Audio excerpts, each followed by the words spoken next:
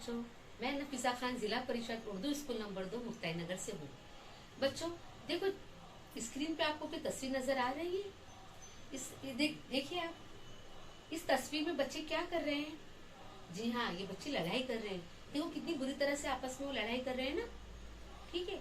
अच्छा बच्चों, अब ये दूसरी तस्वीर देखो। हाँ, अब इस तस्वीर में बच्चे क्या कर रहे हैं? ये बच्चे आपस में खेल रहे हैं, मिलजुल कर खेल रहे हैं, झगड़ा नहीं कर रहे। आपस में देखो कितने प्यार मोहब्बत से मिलजुल कर खेल रहे हैं ना।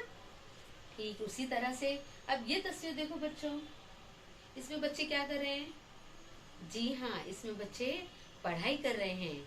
तो बच्चों, जो बच्चे आपस में मिलजुल कर रहते हैं, झगड़ा नहीं करते, पढ़ाई करते हैं, तो हम ऐसे बच्चों को क्या कहते हैं?